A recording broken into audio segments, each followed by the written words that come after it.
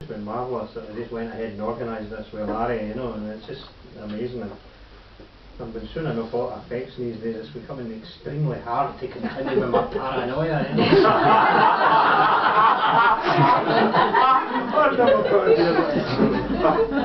I'm not very pleased about that.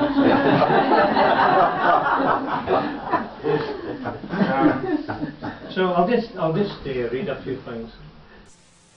In the beginning was the Word. In the beginning was the Word.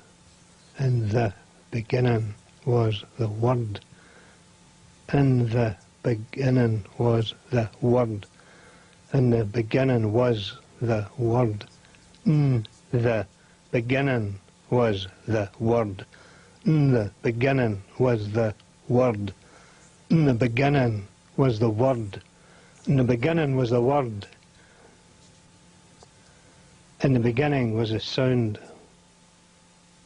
My father was from Dublin and came and settled in Glasgow, so there's a lot of Catholic Irish culture in my background, which I just see as part of Scotland.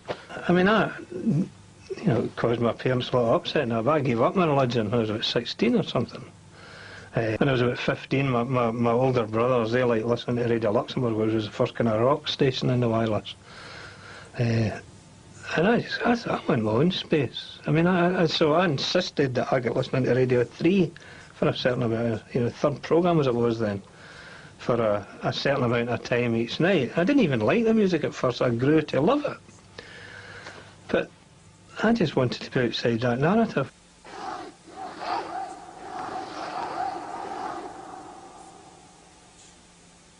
I don't ever claim to represent the excluded in any way. I mean, I'm not sort of Robin Hood of, working class language or something. But what often drives me from anger into writing, or sometimes from humour and then into writing, is a reaction against what is portrayed as the inclusive and isn't inclusive. If you hear a working class voice and you hear someone with an upper middle class voice and they say spot the major and spot the private, it would be hard. An interjection.